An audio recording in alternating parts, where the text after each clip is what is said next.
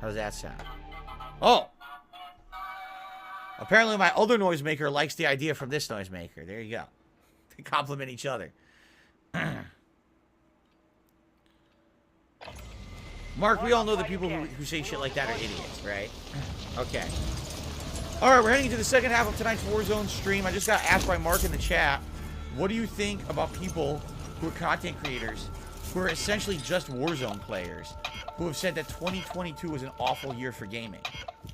I mean, do you really need to comment? I mean, we all know it was Dr. Disrespect who said it, because everyone quoted him on Twitter and made fun of the game and dragged him for saying it.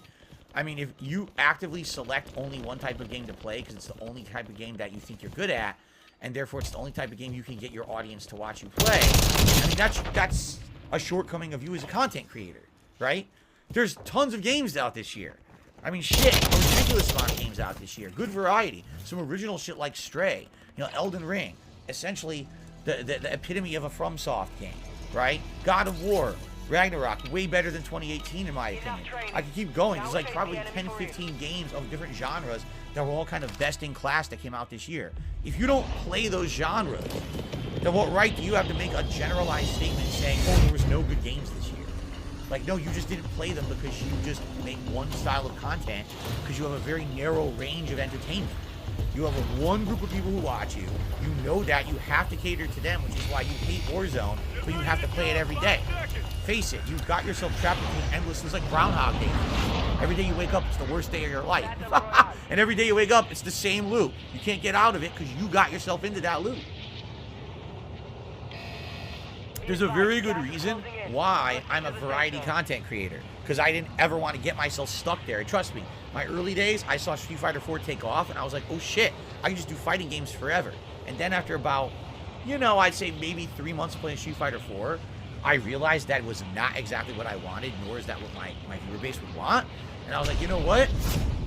I'm going to diversify myself and always play a variety. I will always keep fighting games in the rotation, but I'm not going to have fighting games be my end-all be-all of who I am as a creator, because then you're basically limiting yourself. And what's going to happen when fighting games aren't prominent, or if there is a dead period for fighting games where nothing interesting is really going on, right?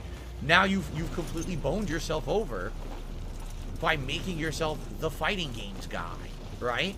And I don't want to do that. I want to be a guy that does a variety and can enjoy a wide variety of stuff. You know, that's why games literally never dry out for me. Never. Never am I bored, because every day there's an insane amount of variety of games that are coming out that I can play. That's a very nice thing. I never limited myself for who I was going to be as a creator.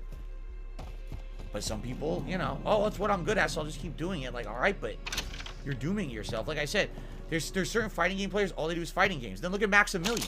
That guy deserves monstrous credit because he saw early on, after doing his skits about Marvel vs. Capcom 3, that wasn't always he was going to be able to do. He listened to his audience. He started branching out. Now he plays an insane variety of games. And now he is literally the most prominent fighting game creator, even though he's not a top-level player. He's not. He doesn't have to be, because he decided to do something very smart with himself. You know? That's intelligence versus grind. And not to say that there's nothing wrong with someone who's just going to grind, but sometimes you got to be smarter than just the grind. You know what I mean?